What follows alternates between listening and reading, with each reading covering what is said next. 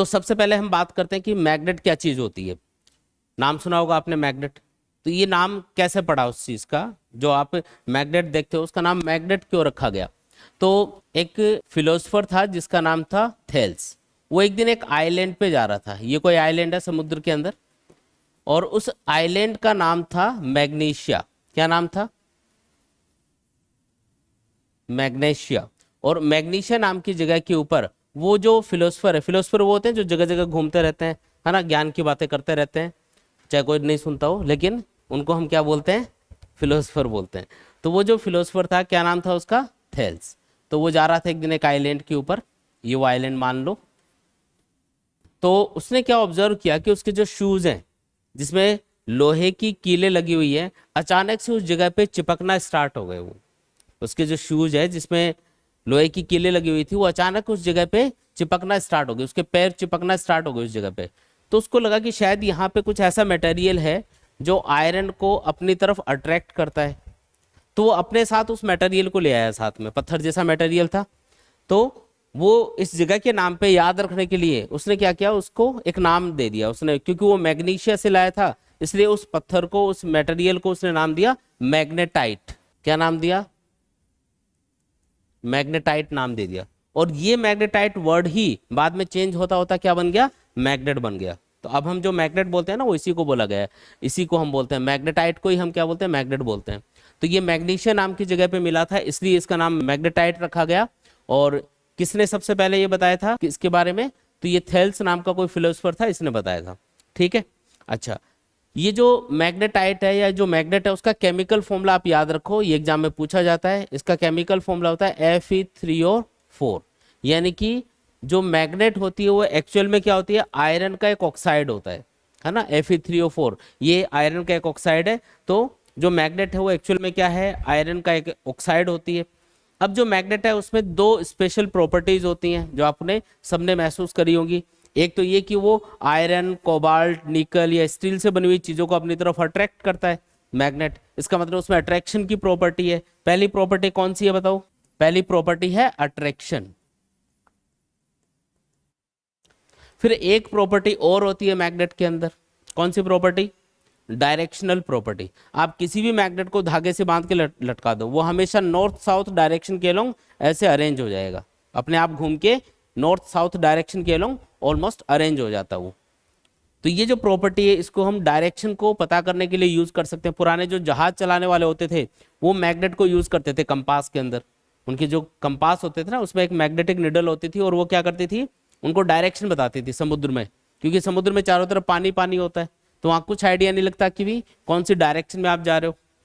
दिन में तो फिर भी सन की पोजीशन देख के आइडिया लग जाता है, लेकिन नाइट के टाइम पे क्या होता है? भी चारों तरफ पानी पानी दिखेगा और सही डायरेक्शन में जा रहे हैं कि नहीं जा रहे हैं वो कैसा आइडिया लगेगा।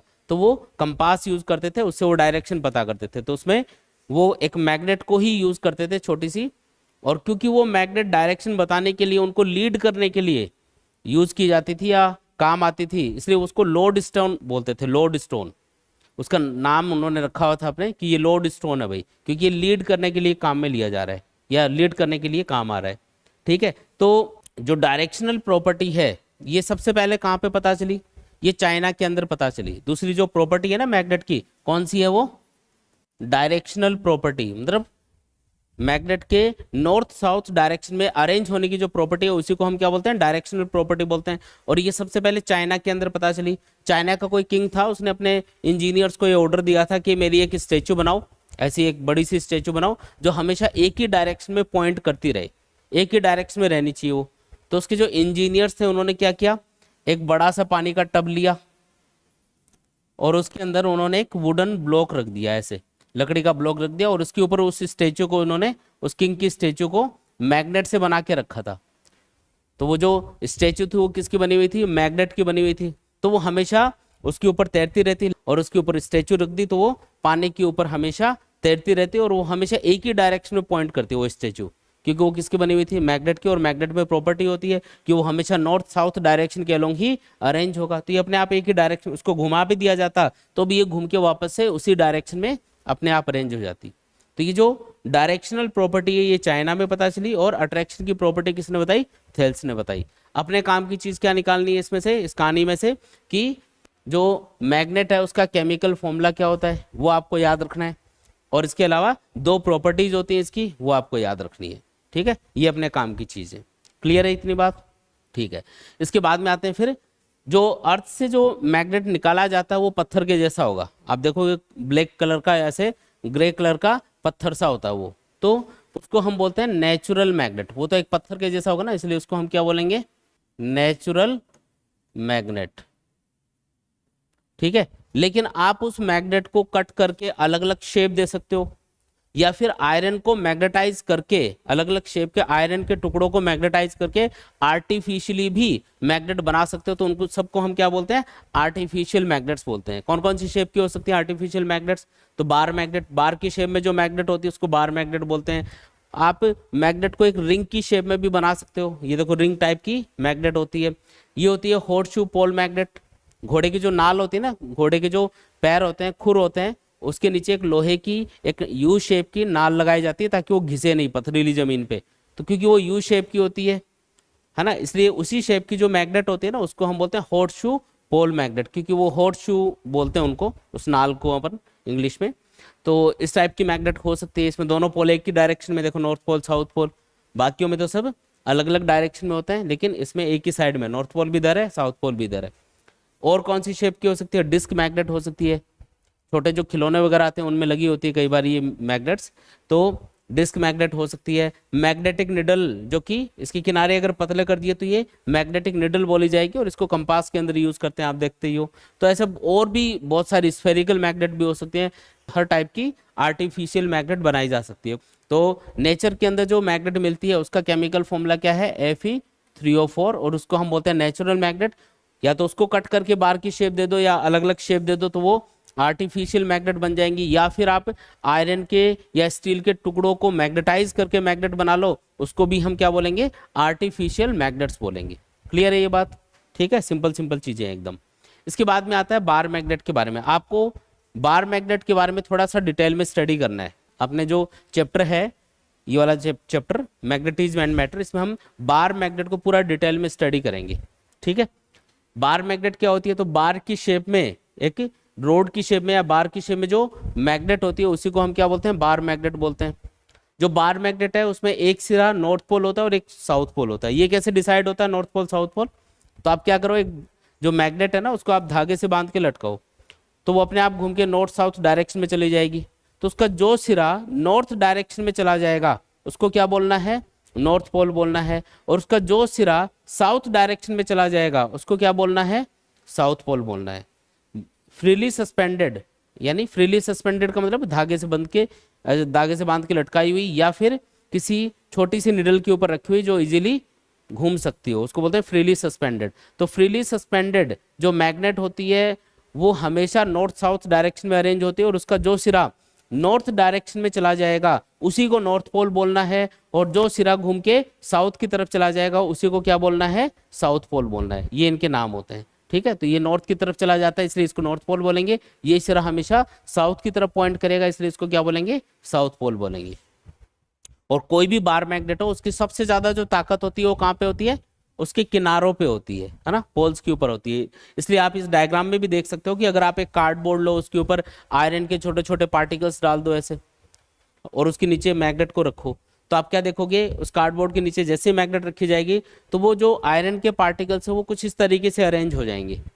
और आप देख रहे हो कि यहाँ पे ये सबसे ज्यादा इकट्ठे हो रहे हैं किनारों पे। इसका मतलब जो किनारे हैं बार मैग्नेट के, जो एजेस हैं, वहां पे इसकी स्ट्रेंथ क्या होगी? सबसे ज्यादा होगी, सबसे पावरफुल होगी। मैग्नेट की जो मैग्नेटिक फील्ड प्रोड्यूस करने की स्ट्रेंथ होगी ना, वो सबसे ज्यादा इसके किनारों पे रहेगी। और ये जो कुछ लाइनें सी आपको दिखाई दे रही है ना, ये वाली लाइनें, इस टाइप की लाइनें जिसमें ये अरेंज हो रहे हैं, आयरन के पार्टिकल्स अरेंज हो रहे हैं, इन लाइनों को भी हम एक नाम देते हैं, इनको बोलते हैं मैग्नेटिक फील्ड लाइंस, है ना। तो बार मैग्नेट के चारों तरफ मैग्नेटिक फील्ड को ड्रॉ करने के लिए हम कुछ इमेजिनरी लाइंस को यूज करेंगे, आगे हम डायग्राम वगैरह बनाएंगे तो वो इन्हीं के एलोंग होगी। ये जो आपको डायग्राम दिख रहा है ना, ये जो पार्टिकल्स अरेंज हो गए, इन्हीं के एलोंग हम कुछ लाइनें ड्रॉ कर देंगे, तो उन्हीं को हम क्या बोल देंगे? मैग्नेटिक फील्ड लाइंस, जो मैग्नेटिक फील्ड को रिप्रेजेंट करने के लिए यूज की जाएंगी। ठीक है, क्लियर है ये बात? ठीक। इसके बाद में आता है कि जो बार मैग्नेट है उसकी बेसिक प्रॉपर्टीज क्या क्या होती हैं। अब बेसिक प्रॉपर्टीज आपको बता रहा हूं जो हम जिन पे क्वेश्चंस बन सकते हैं। पहली प्रॉपर्टी ये होती है कि जो बार मैग्नेट होती है, कोई भी बार मैग्नेट लोगे तो उसकी सबसे ज्यादा स्ट्रेंथ आपको कहाँ पे देखने को मिलेगी, उसके पोल्स के ऊपर देखने को मिलेगी।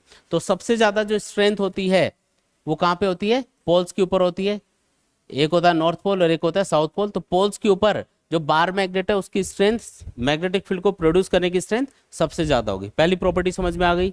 दूसरी प्रॉपर्टी ये है कि कोई भी बार मैग्नेट हो, कोई भी बार मैग्नेट ले लो, अगर आप उसके टुकड़े करते हो तो ऐसा नहीं होगा कि नॉर्थ पोल अलग हो जाएगा, साउथ पोल अलग हो जाएगा। ये नॉर्थ पोल साउथ पोल कभी भी अलग नहीं होते, ये हमेशा एक साथ एग्जिस्ट करेंगे किसी भी बार मैग्नेट के अंदर। आपने इसके टुकड़े कर दिए, एक टुकड़ा ये है मान लो इसका, इधर एक टुकड़ा ये है मान लो, तो ऐसा नहीं है कि नॉर्थ पोल अलग हो जाएगा साउथ पोल अलग हो जाएगा। यहाँ पे अपने आप इधर साउथ पोल डेवलप हो जाएगा और इधर अपने आप नॉर्थ पोल डेवलप हो जाएगा। तो अगेन इसमें दोनों पोल एक साथ एग्जिस्ट करेंगे। और टुकड़े कर दो आप इसके, तो हर एक जो टुकड़ा होगा उसमें नॉर्थ पोल और साउथ पोल एक साथ एग्जिस्ट करेंगे। मोनोपोल कभी भी एग्जिस्ट नहीं करते हैं। अकेला नॉर्थ पोल या अकेला साउथ पोल कभी भी एग्जिस्ट नहीं करेगा। हमेशा नॉर्थ पोल और साउथ पोल हमेशा पेयर के अंदर ही आपको मिलेंगे, अकेला पोल कभी नहीं होता। तो मोनोपोल एग्जिस्ट करते हैं क्या, नहीं। हमेशा कैसे एग्जिस्ट करेंगे, मैग्नेट्स नॉर्थ पोल और साउथ पोल की फॉर्म में। इसलिए हम इसको बार मैग्नेट को ही मैग्नेटिक डायपोल भी बोलते हैं। क्या बोलते हैं इसको, मैग्नेटिक डायपोल, क्योंकि इसमें दोनों पोल एक साथ एग्जिस्ट कर रहे हैं, इसलिए क्या बोल दिया, मैग्नेटिक डायपोल बोल दिया। तीसरी प्रॉपर्टी देखो, अगर बार मैग्नेट के लाइक पोल्स को आप पास पास लेके आओगे तो उनके बीच में हमेशा आपको रिपल्शन देखने को मिलेगा। लाइक पोल्स हमेशा क्या करेंगे, एक दूसरे को रिपेल करेंगे। जैसे ये बार मैग्नेट है, दो अलग अलग, इनके लाइक पोल्स को अपने पास पास रखा तो ये एक दूसरे को रिपेल करेंगे, दूर भाग जाएंगे ये मैग्नेट्स। और अगर इन दोनों मैग्नेट्स के अनलाइक पोल्स को, यानी कि नॉर्थ पोल को साउथ पोल के पास या साउथ पोल को नॉर्थ पोल के पास रखा तो इनके बीच में क्या होगा, अट्रैक्शन होगा, ये एक दूसरे की तरफ मूव करेंगी। ये भी एक प्रॉपर्टी है। ठीक है, बात समझ में आई क्या। अच्छा, फोर्थ प्रॉपर्टी ये है कि कोई भी बार मैग्नेट हो, जैसे कोई भी बार मैग्नेट हो, जब भी आप उसको फ्रीली लटकाओगे तो हमेशा उसका एक सिरा नॉर्थ की तरफ चला जाएगा, एक सिरा साउथ की तरफ चला जाएगा, जिससे हम डायरेक्शन पता कर सकते हैं। और ये जो बार मैग्नेट है इसका जो सिरा नॉर्थ की तरफ रहेगा उसको नॉर्थ पोल बोलना है, और जो सिरा साउथ की तरफ रहेगा उसको क्या बोलना है, साउथ पोल बोलना है। तो ये फ्रीली सस्पेंडेड मैग्नेट है, सपोज करो। तो इसका ये वाला सिरा मान लो नॉर्थ है, ये साउथ है, तो इधर कौन सी डायरेक्शन होगी, नॉर्थ डायरेक्शन होगी इधर, और इधर कौन सी डायरेक्शन होगी, साउथ डायरेक्शन होगी। तो उसके अकॉर्डिंग ये अरेंज हो जाता है अपने आप। ठीक है। अच्छा, फिर अगली प्रॉपर्टी है जिसको हम बोलते हैं inductive property of the bar magnet. कौन सी प्रॉपर्टी है, इंडक्टिव प्रॉपर्टी। ये क्या चीज है भाई, इंडक्टिव प्रॉपर्टी का मतलब है कि कोई भी बार मैग्नेट हो, अगर आप उसके पास में आयरन, कोबाल्ट, निकल या स्टील, इनके किसी भी टुकड़े को रख दोगे तो थोड़े टाइम बाद में वो टुकड़ा मैग्नेटाइज होकर एक मैग्नेट की तरह बिहेव करने लग जाएगा। अगर आप किसी मैग्नेट के पास में आयरन, कोबाल्ट, निकल या स्टील, इनसे बनी हुई किसी भी चीज को रख दोगे तो थोड़े टाइम बाद में ये टुकड़ा किसकी तरह बिहेव करने लग जाएगा, एक मैग्नेट की तरह बिहेव करने लग जाएगा। रीजन, क्योंकि ये मैग्नेटाइज हो जाता है। आप देखना कभी आप कोई, जैसे आपके पास में कोई लोहे का टुकड़ा है और आपने उसको मैग्नेट से चिपका के रख दिया, तो थोड़े टाइम बाद में जब आप उसको उतारते भी हो उस मैग्नेट से और किसी दूसरे आयरन के टुकड़े के पास लेके जाते हो तो उससे भी चिपक जाता है। रीजन, क्योंकि वो मैग्नेटाइज हो चुका है, वो एक मैग्नेटिक प्रॉपर्टी एक्वायर कर चुका है, वो एक मैग्नेट ही बन गया एक तरह से। तो ये प्रॉपर्टी होती है, इसको बोलते हैं इंडक्टिव प्रॉपर्टी। इंडक्टिव प्रॉपर्टी का मतलब होता है बिना किसी कॉन्टेक्ट के किसी इफेक्ट का एक ऑब्जेक्ट से दूसरे ऑब्जेक्ट में ट्रांसफर होना। तो यहाँ पे इस बार मैग्नेट के मैग्नेटिक फील्ड में जैसे इस आयरन, कोबाल्ट, निकल या स्टील के टुकड़े को रखा तो ये मैग्नेटाइज होकर, इसको टच करने की जरूरत नहीं है, वैसे इसको पास में भी रख दोगे तो भी ये मैग्नेटाइज होकर एक मैग्नेट की तरह बिहेव करने लग जाएगा। तो ये कौन सी प्रॉपर्टी है इसकी, ये इसकी इंडक्टिव प्रॉपर्टी है। आया समझ में, ये आपको याद रखनी है। इसके अलावा एक चीज और आप याद रखो कि कोई भी बार मैग्नेट हो, जैसे ये कोई बार मैग्नेट है, इसके दोनों पोल्स को ज्वाइन करने वाली ये जो लाइन होती है, ये जो लाइन होगी ना जो दोनों पोल्स को ज्वाइन करेगी, इसको हम बोलते हैं मैग्नेटिक एक्सिस। क्या बोलते हैं इसको, मैग्नेटिक एक्सिस। और ये वाली जो लाइन होती है इसको हम बोलते हैं इक्वेटोरियल लाइन। क्या बोलते हैं, ये वाली लाइन कौन सी है, जो सेंटर से पास हो रही है बार मैग्नेट के और इसकी एक्सियल लाइन जो है ना, ये एक्सिस है, इसके परपेंडिकुलर है, इसको हम क्या बोलेंगे, इक्वेटोरियल लाइन बोलेंगे। ठीक है, आई बात समझ में। तो ये कुछ इसकी प्रॉपर्टीज हैं। तो नेक्स्ट टॉपिक क्या है, मैग्नेटिक फील्ड। मैग्नेटिक फील्ड किसको बोला जाता है, तो किसी भी बार मैग्नेट के चारों तरफ या फिर किसी भी करंट कैरिंग वायर के चारों तरफ वो रीजन जहां पे उसका मैग्नेटिक इफेक्ट है, उसी को हम क्या बोलते हैं, मैग्नेटिक फील्ड बोलते हैं। मैग्नेटिक फील्ड का मतलब है किसी भी मैग्नेट के चारों तरफ या फिर किसी करंट कैरिंग वायर के चारों तरफ या करंट कैरिंग लूप के चारों तरफ का वो रीजन जहां पे उसका मैग्नेटिक इफेक्ट होगा, जहां पे कोई दूसरा मैग्नेट या दूसरा करंट कैरिंग वायर एक फोर्स को फील करेगा, उस रीजन को हम क्या बोलेंगे, मैग्नेटिक फील्ड बोलेंगे। समझ में आया क्या।